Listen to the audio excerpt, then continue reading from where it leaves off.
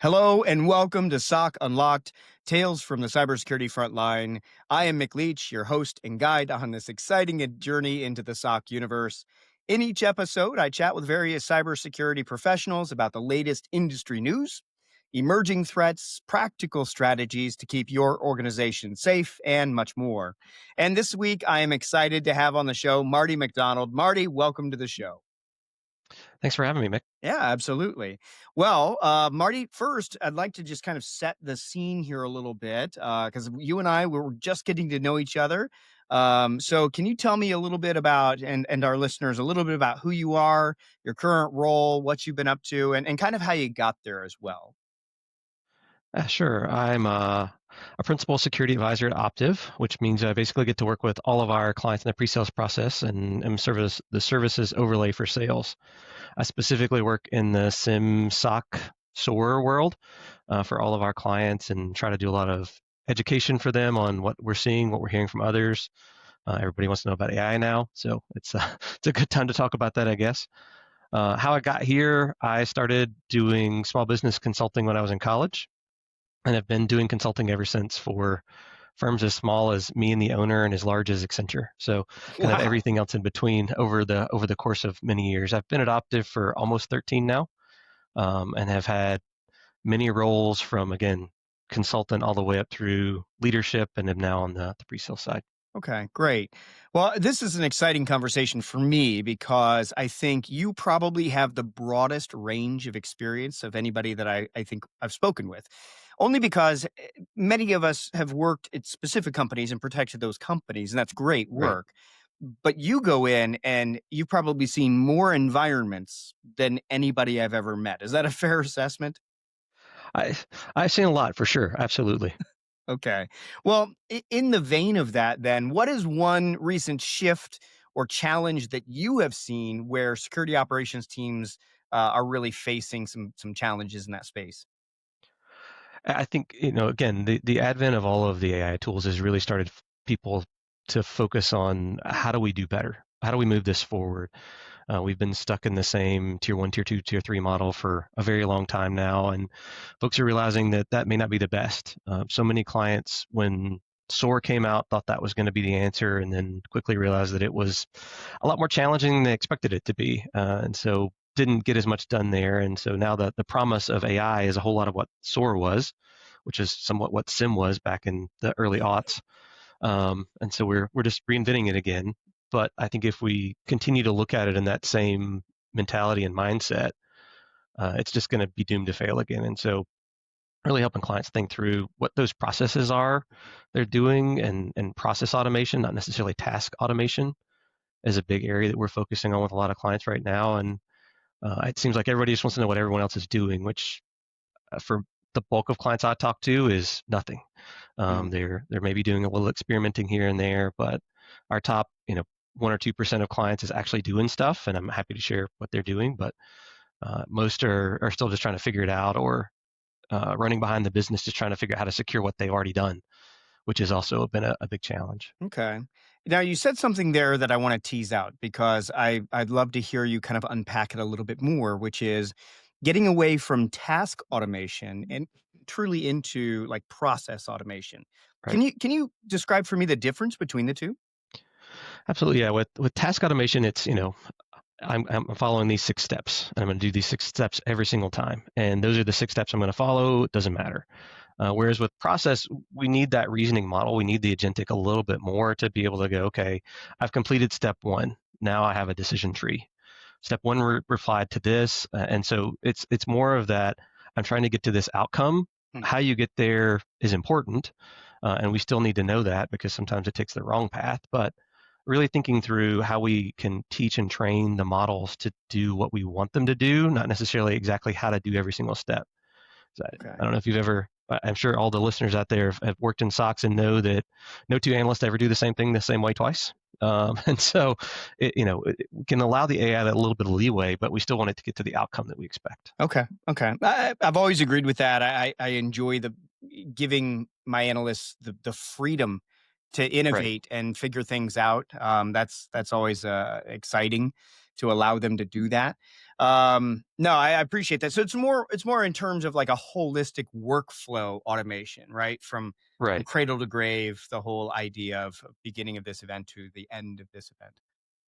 Yeah, and there's some of that, and also we're finding with the agentic stuff today that if we let it run too many steps in a row, it fails or it gets way too off the reservation. And so helping it understand what I've been listening to the Dune books, the golden path is, finding out what that's going to be for it, or just doing smaller chunks. And so just a lot of what we used to do was SOAR, Mhm. start with the building blocks, the basic things, the smaller bits and pieces, and then work your way up to those larger playbooks. And so a lot of the same with some of the AI automation. We start with those smaller tasks, and as we build out those individual task things, then they can build into those larger processes for us. Okay.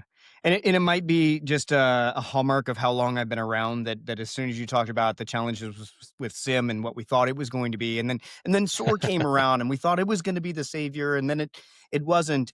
And now AI's here and we're all hoping, but and AI wasn't. But now there's agentic AI and maybe Right. we'll see. So I feel like I get my hopes up every time. This is going to be the one. This is going to be the one that really saves us. And Same. maybe this time. I don't know how many more maybe this times I have left in me at this point, but before all hope is lost, but we'll Right. get there. Okay, so talking about AI, right? What's one of the biggest misconceptions you often hear about AI and cybersecurity, especially since you see so many environments?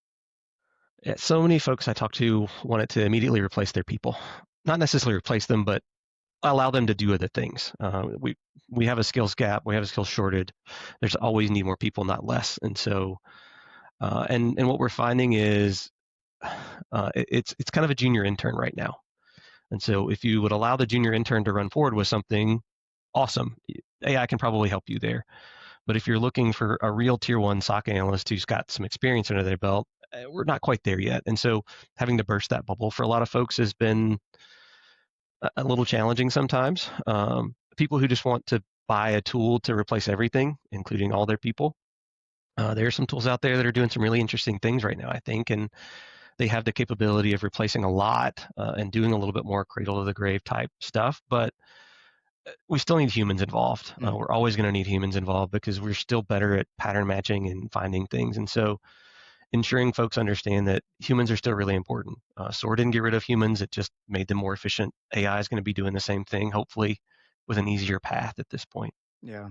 Yeah, it's funny. I sat on a panel. I had the opportunity to speak at Sector in Toronto. So Black Hat organized Right. kind of conference in Toronto. So just this past week was up there and speaking on a panel, and that was exactly one of the things that we were talking about is around having human in the loop and why it remains important. I think a lot of that comes Right. down to gut feel, business understanding and knowledge. Sometimes it's silly. It sounds silly, but I'm going to say it anyway. Knowing where the political landmines are at every Yeah. organization, right? Like there are certain servers or services or processes, applications that are so critical, and they're like they're one of the sacred cows that you cannot touch. And your junior analyst AI bot isn't going to have Right. that knowledge. It's not going to have that understanding and sort of that experience to know is some of the nuanced decisions. Do I go ahead and quarantine based on an alert, an executive's workstation, right? Do we knock that thing offline because we saw one alert with like a medium confidence? Hmm. A human analyst is going to be like, maybe we RTR into that system and we start taking a look before we just knock it offline, Right. because that's going to generate a lot of interest from that person. So, at any rate, these are the kinds of things that we were discussing in that panel. It was a lot of fun, but exactly to your point, Marty. That's the biggest thing that is going to slow down some of the AI development is if you don't know who those people are, if you can't put them in a table that the AI can read to figure out if you're authorized, because that's what our humans do today, they go look it up, Hmm.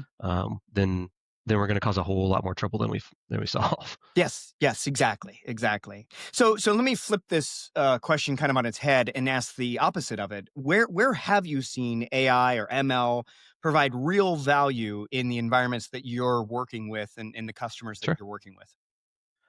Uh, Two big use cases are the ones we're seeing. There's others, but two main ones are around threat hunting. Hmm. So instead of the human needing to go and find the indicators and then go do the searches and pull all the data up and decide if they found anything or not, let the machines do that. So just whatever RSS feed, X feed, whatever you're getting your indicators from, feed that to the AI chatbot or the AI agent and let it go do that searching and hunting for you. And if it finds anything, bring it to the human so you can go to the detection engineering team, create the content, and watch for it in the future. If we don't find anything, maybe we still do the same thing, but we at least know that that new thing isn't in our environment. So that can really cut down on that time, because most folks don't have a full-time dedicated threat hunter or threat hunting team. Hmm. It's a part-time job here or there, and so if we can do that more at machine speed as those things are coming out, so much the better for us. Okay.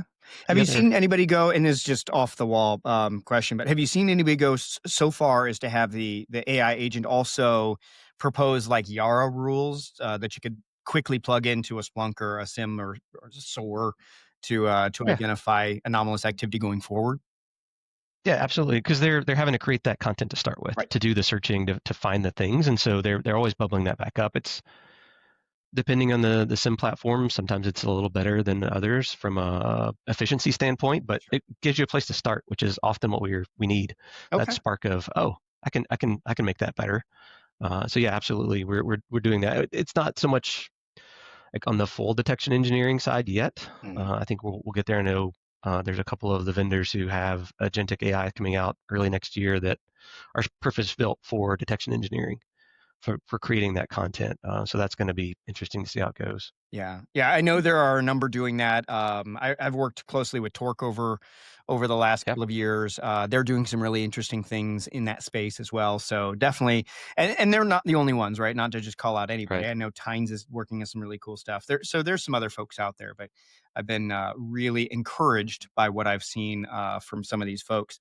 So, what is your approach to reducing analyst burnout or alert fatigue, especially when they're bringing you in as a consultant? There's Right. already a problem. They've at least acknowledged a problem exists. It's probably this way. Either they're not getting enough alerts and they need to figure out how to curate them and find them, or more commonly, I suspect, but keep me honest here, is that they're simply overwhelmed. Right? They turned on everything out of the Right. box, and now they're really struggling to find the wheat and the chaff. So what approach are you seeing, recommending, what's working? A lot of it goes back to governance, which is something we don't think about often. But if we aren't doing a good job of deciding what logs we're sending in, what outputs we're looking for, what metrics we're trying to meet, then we really struggle Mm, just across the board because we've added so much wheat to the pile. We're never going to find our needles, and so really thinking through that governance and there's always been the two schools of thought in sim. The one is send it all, we'll figure it out later, and the other one was here's our use cases, only send exactly what we need. Finding that happy medium between those two with the governance side is really helpful, and really making sure that we understand what everyone's job role is. From a burnout standpoint, the thing that we do internally and that I think a lot of others of our clients are starting to do more and more of is job shifting. So today you're a level 1, 2, 3 analyst. Next week or next month you get to do some threat hunting, and then you get to come back and do some detection engineering. And the detection engineers are having to sit with their content, so they know what to fix and change and make better over time. And so doing some of that switching of roles, because if you just a tier one and you're just constantly working tickets all day long, it's not fun for anybody. And so being able to switch that out at least occasionally and know what the path forward is can really make things a lot better for everyone. yeah, and I've heard that as well, and seen some good results from that, getting folks into threat intel and let them see the intel side of things, getting them Right. into forensics and letting them, kind of unpack those kinds of things. Just really giving them a broader view, especially for newer analysts, right? Those level 1, level 2 folks that are coming in, they may just not have had exposure to Right. all the different aspects of cybersecurity, to include governance. Right. To your point, Liz Matten is our director here over GRC, and she's dead brilliant. And I love working with her because she's so good at what she does. She loves what she does, which is great because I do not love governance. That is not my natural bend. I know that. But she does, and she's so smart. And being able to cycle folks through an area like that where they can learn, they can see what's going on in that space. And then they may realize, I love this. I love, Right. creating, responses to these things and defining and, measuring where we're at, all of that. So that's really exciting. Now, let me ask, kind of double click into this just a little bit here. How do you see or recommend that teams stay engaged and stay motivated? Because you probably come across teams that are kind of a little, discouraged Right. by the time you get the call. Things are sometimes in a pretty bad state, I'm guessing. Have you seen Yes. that before? Absolutely. And what we typically encourage folks to do at that point is to start doing more tabletops, Mm, which sounds weird. But in that tabletop, you're not necessarily just doing random things, right? You're inviting the Active Directory team to a meeting.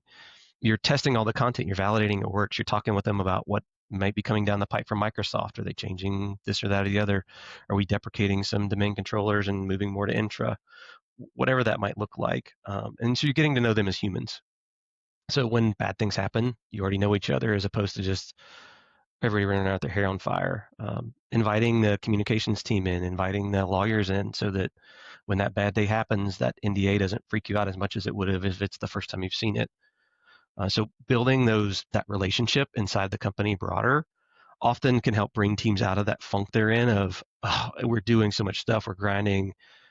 Is it even, are we making an impact or not? I think as you start to interact with those teams and you see that the content you've built is actually successful at doing something, it's not alerting anything, and that's great because we don't want it to. If it is, that's something really bad. But we see that it still works, and that what we've done, the work that we've moved forward, has continued to decrease the risk profile of our business. Can be a real pick me up to a lot of teams. And again, after those things, you go have a drink at a bar, and everybody gets to know each other a little bit better and relaxes into it, and it can make a huge difference because then you're not just showing up at somebody's desk every time there's a problem. You actually know them as a yeah. person. Yeah, I can't agree more with this. I love it. I think, the times that I've done tabletop exercises at previous companies, that's when not only do we get to know each other, and I think there's tons of value in that, but also there were times when just talking through the situation. Oh, I would get logs from this, and then that team would go, did you know that we actually don't have any logs for that? And you're like, Right. wait, what? How Yep. how how is that even possible? And then you come to find out that there were some choices made back at some point in time in history where decisions were made. We don't log that stuff, these values, these events, we just scrap them. And then security's like, yeah, so let's change that like yesterday Right. if we can. So, Or you learn that the one person that everybody relies on couldn't be there that day, and everything falls apart oh my because the goodness. one person's not there. And so, finding out all those things early is always very, very valuable. Yeah, yeah, absolutely. Okay, so changing gears a little bit, what's one new or unexpected threat technique that has caught your eye in 2025? So this year, that's kind of new fangled that you're seeing in the customer environments that you're going and supporting. Yeah, and I don't see that as much anymore because I'm more on the pre-sale side. I think some of the interesting ones that clients have asked us to help them with that I've seen, again, not necessarily out in the field but just heard about, are some of the customer service type things people are trying to work their way in, whether it's with opening a new bank account on somebody else's behalf and then transferring money through some of the fintech companies. Hmm. That one seems to be a difficult challenge for the banking industry to deal with right now. Trying to think of others that have come up. That one's been probably the most interesting one I've seen recently, and I don't know enough of the details to really describe it well, but that one's been interesting to see. Yeah, no, I mean, social engineering continues to be what I'm hearing about constantly. I don't think it's news to anyone that hackers have learned that hacking humans is a whole lot easier than hacking systems, right? I don't necessarily need any special infrastructure or coding skills. I just can pick up a phone and reach a help desk. And Right. we as humans, there's far. I'm trying to think of a way to say it, but there's. I don't think there's more powerful words in the human language than "I need your help." Right? Right. We are all sort of predisposed to respond to the need for help. And so if you can get an attacker that calls and reaches someone whose job it is to respond to the need for help, and guide people through things. If you just call them and act a little lost, a little befuddled, I don't know what to do. I got this email and here's a link, and you can guide them through installing malware. You can Oh give yeah. give permissions away, give access away, all kinds of crazy things. So Yeah, no doubt. It's the meme on Twitter this week was you have EDR, they have a phone, they win. yes, yes, exactly. Because you can sidestep very easily a multi-million-dollar tech stack. It Oh yeah. doesn't matter. You've got upper right quadrant everything: EDR, CASB, DLP, what you name it. Put all the letters together in any way you want, and bad guys will still find a way around that. So Right. that's challenging. Now, are you seeing adversaries leverage AI to some extent on this front in terms of social Right. engineering? I think we're definitely seeing, the deep fake kind of thing where someone's copying a voice or a face when they're doing interviews or when they're trying to, interact with folks for sure.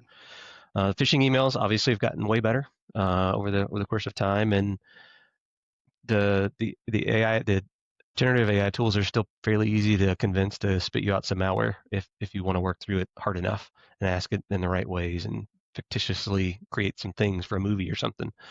And so we're seeing a few things like that, but still not as much as I would have expected by now. Yeah. I think they're using AI much like we are to help plan, to do some intelligence gathering, whether it's just going and scraping everything off LinkedIn to give it to them. So it's more of their planning and preparation and less of their attacks at this point. Yeah.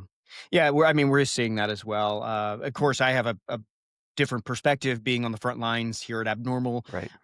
seeing that kind of stuff routinely. But things like even purpose-built, AI bots, things like Worm GPT are created specifically to sidestep. You don't even have to Right. cleverly word it to trick ChatGPT into crafting a malicious message for you. Worm GPT is just like, I got you. You can be as mean as clear as you want, and it will still Right. generate exactly what you're looking for. It's pretty terrifying. So, um, kind of shifting gears a little bit now, looking a little bit more towards like modernization.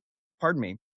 Have you seen any of your clients adopt like cloud native or API first platforms? And if so, what's the result? What's changed? Yeah, I think we're definitely seeing more and more of that. Everybody still has some tech debt. There's always some on-prem stuff, but the tools that are out there for the SOC today are generally going to be more geared towards that. I've given up on the next gen term. I think it's ridiculous because I'm like the eighth or ninth next gen now. So I just call it modern, which may not be any better, but the modern tools definitely are focused a lot more on how can I do API integrations with different things. So that one of the ones I love is if your EDR fires an alert and your SIM fires an alert, let's tie those together so when we close one, it closes both. Yeah, yeah. Because otherwise, you look in your EDR and there's 10,000 alerts, and you're like, because the MDR provider or the SIM didn't take care of it for you. And so, a lot of those simple integrations like that are making a huge difference for folks. But again, doing some more of the SOAR automation, whether it's looking to do some additional enrichment or pull data from somewhere else just to give us some more insights. I know an alert without enrichment to me is worthless. I Yes. need all the extra data. I need it to be actionable, and I can't do that if I don't know more than bad thing happened. Okay, is that system even susceptible to that bad thing? I don't know. And so making sure we can pull all those things together, whether it's via API or automation or agentic AI now, I think is definitely the things that we're pushing forward with and trying to get folks to think about more. Yeah. Candidly, I mean, it's been probably what's this, 2025? So, I mean, gosh, going back even to 2012, I mean, an event Right, without context, without enrichment was not useful even back then. And so right, it's not gotten better over time. We're expecting, and frankly, the tools today are capable of bringing us so much more, context right. and enrichment around the events that occur. So, because you are on the front lines of this with clients day in and day out, what advice are you giving to your clients that are navigating this legacy to modern transition, to use your word modern there? Yeah, it's a lot of just taking that step back and really thinking about what are we attempting to accomplish here? Is the goal to just take what we have and make it better incrementally, or do we actually want to shift? And when we do a full shift, it's a lot more of a lift because we have to take that step back and look at everything that we're doing, how we're doing it, why we're doing it that way. Does it still make sense or not with the modern world we're doing? We got an RFP a few weeks ago, maybe a month, and they were looking for help building a traditional tier one, tier two, tier three SOC. And we went back to the client before we ever filled out anything. We're like, is this really what you want to do? In today's day and age, that's not what you should be doing. You should be looking at SOAR or maybe thinking about agentic to start with and building with all of that stuff in place so that our level one folks aren't needed as much. Things are already done at that level because those things should be fairly rigidly defined and processes easy to follow. The tasks are laid out. We can automate that. So why would we want to bring humans in to do that work? I get it. It's a rite of passage. We all had to go through it. But at the same time, let's don't do that anymore. And if you're starting from scratch or if you're trying to modernize, and so uh, taking that step back, looking at things more holistically is definitely a huge part of that. Looking at the tool stack, seeing where what they have makes sense and where it doesn't. We mentioned the context thing, the entity analytics that the UEBA platforms bring to you can help so much with telling the story out of the data so you don't have to go find a bunch of stuff. And so if you have that legacy SIM that's not doing that, that's definitely a huge step forward for you. So instead of needing to go look up the attack chain or the kill chain or the MITRE techniques or tactics, it's all built into the platform for you and can show you and tell you the story. That's one thing I've learned over the years, and this is random side topic, is if you can't tell a story, whether it's with the data or just in general, you're never going to get anywhere in this business. And so whether it's with metrics or just telling that attack chain story of XYZ happened, we expect now that A, B, and C are going to happen, and C is bad. Let me alert you early. Has really changed the game for a lot of our clients and made them so much more efficient and effective. And that's where the machine learning starts to come in, which kind of the precursor to a lot of the AI stuff. Okay. I like that. I like that. Now, shifting gears just a little bit more, especially, and I want to lean in here because you are an expert that, goes and advises, companies and customers all around the world around, improving their security program, particularly on the operations side of things. Do you help craft like measuring and managing the environment, particularly around security operations? Is that an aspect that you do? Yeah, our team does. I'm not out in the field as much as I used to be, but yeah, metrics is a huge part of what we look to work with our clients on. Okay. And so often there, we start with who are all the stakeholders? Who cares? Does the board care? Some boards care about phishing statistics. Others just want to know how much risk they bought down by that big investment. Mm. So understanding what the board cares about and how you're going to get your funding. So again, you're telling the right story to them. And then from the CISO down to the individual contributor, what metrics are important for those people? If I am a tier one, tier two, tier three SOC, seeing my mean time to detect and respond and gauging myself against my peers if I'm competitive, which I am, is important, right? I need to know if I'm winning or not. Hmm. And so that's a very different metric than I may need to feed up to the CISO who's just, again, looking for that risk buy down. I just bought this new thing. We integrated it with all of our tools, and that moved us from here to there, or it moved our maturity up. And so really working through making sure that we're telling that story with all the chaos of data we have now is a critical part of what we're working with clients to help facilitate and help them to get built out. And we're doing that more in like Power BI or Tableau now, not even in the traditional SIM tools, because I need to pull data from a lot of different places. And while the SIM has the bulk of it, those other tools are more executive friendly, and they're a little bit more drillable into, and we can do things at the right level for our different folks. Okay, I like that. I like that. I like how you also mentioned kind of understanding, which metrics are going to be useful at different levels. So when we talk to our leadership, for example, and we need to communicate risk and security return on investment, what are you advising clients, to do in that way, where they can not only communicate the current risks, state, if you will, but and then measure it against what maybe our risk appetite is, but then also talk to, as you pointed out, right? CISOs have to justify the X number of dollars spent on the latest whiz bang tool that's going to Right. make us safer. How are you suggesting that they do that? It varies somewhat from client to client. Mhm. Typical consultant answer, sorry. But the main thread there really is just getting that. Um, let's we're buying a new vulnerability platform. Mm. Why? Is it just cheaper? Is that why? Are we looking? Is there new features or functionalities that we're buying it for? Is it something that it can scan things that the previous platform couldn't? And so when we're making the investment, our business case, that why is going to help drive some of the answers to the metric questions. Because if we're not measuring the things of we said we were buying it for this, we have to now measure those things to make sure that we're actually meeting them. Is really critical. I know in the SIM space, a lot of clients are they want to reduce cost, which almost never happens. Yes. They want new features or new functionality. They want to make their analysts more efficient. And so those are the things we need to measure at that point. Okay, we got the new functionality. We got the entity analytics now. Would that bias? Cool. Now we're, instead of our analysts working 4 to 8 cases an hour, roughly, now they're working 15 or 20. And that's a big improvement. And so looking at the outcome of the purchase, when that's what we're trying to do, is definitely a driver. When it's on the risk side of things or the ROI, some of that stuff still applies, but on the risk side, it's really about, again, I made the investment.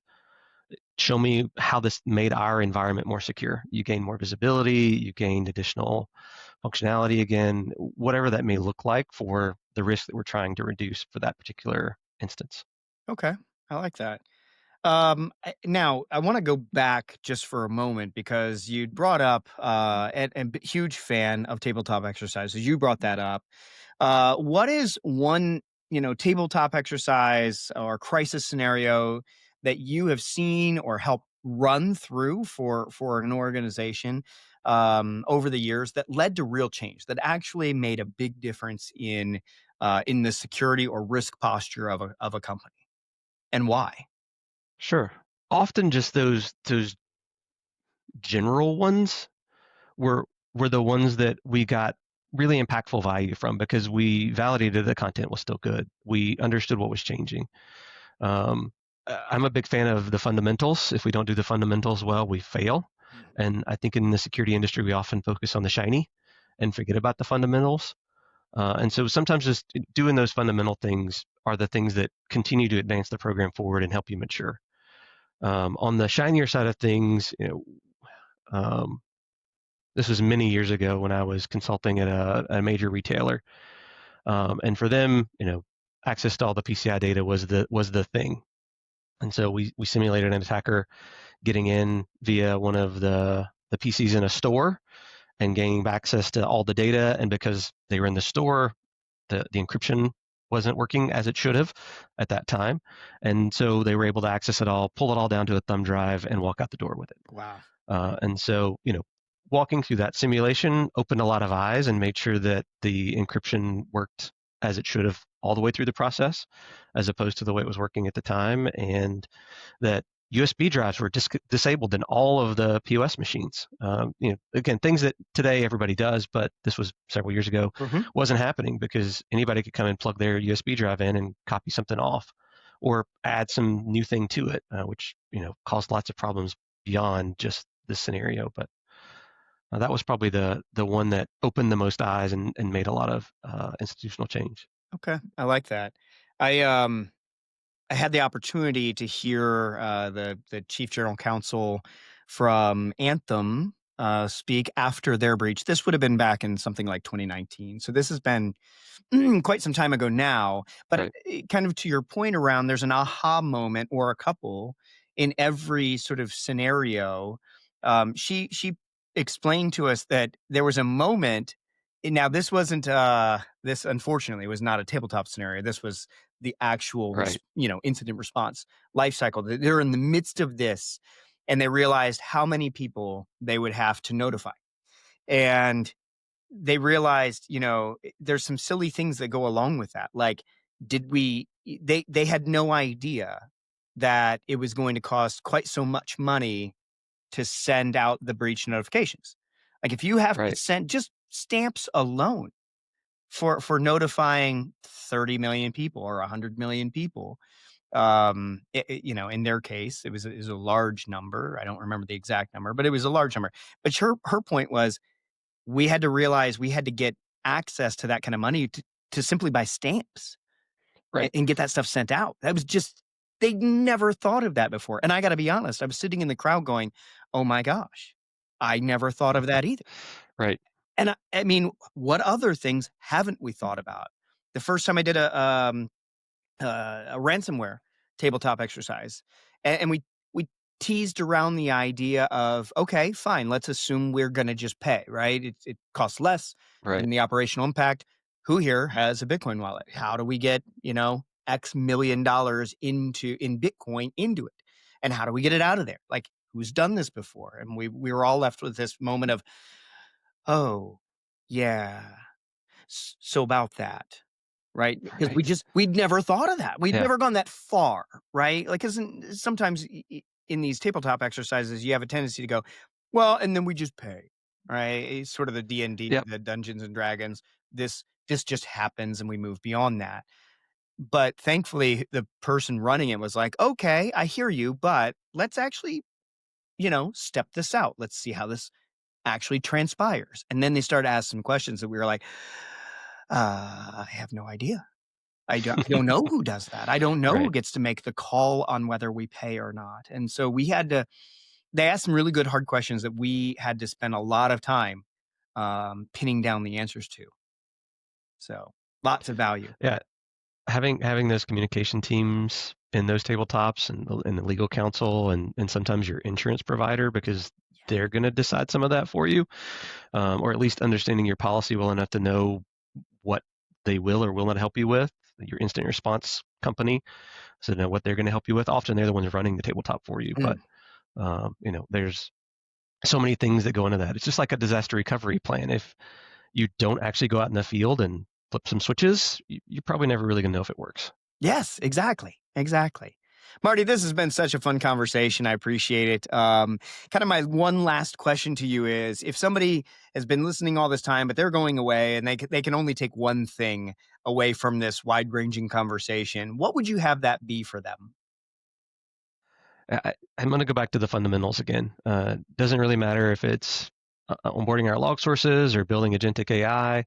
We really have to focus on those fundamentals first. If we're not thinking about those smallest things that we do that maybe drive us the most crazy and starting there, we're often going to focus on the big giant thing. And before we ever get the big giant thing done, we run out of money and time and brain power.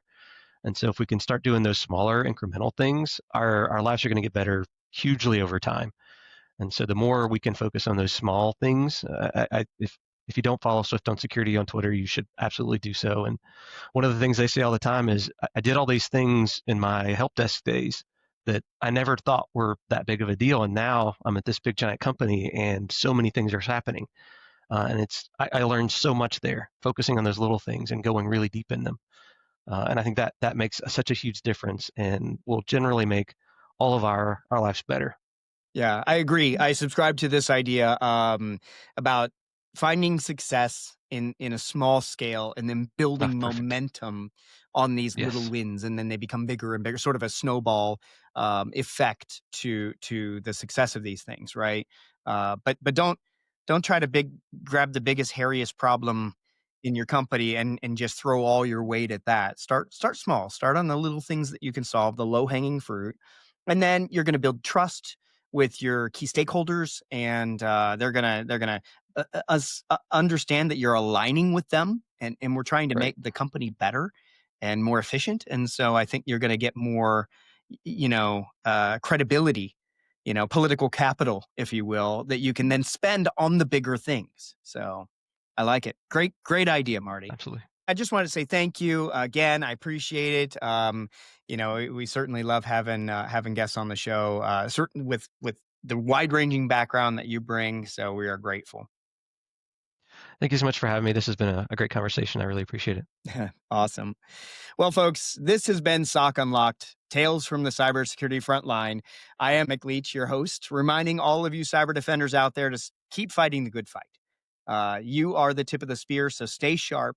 Thanks for tuning in. Don't forget to like and subscribe and check out our other SOC Unlocked episodes, and we'll see you all next time. Thanks, friends.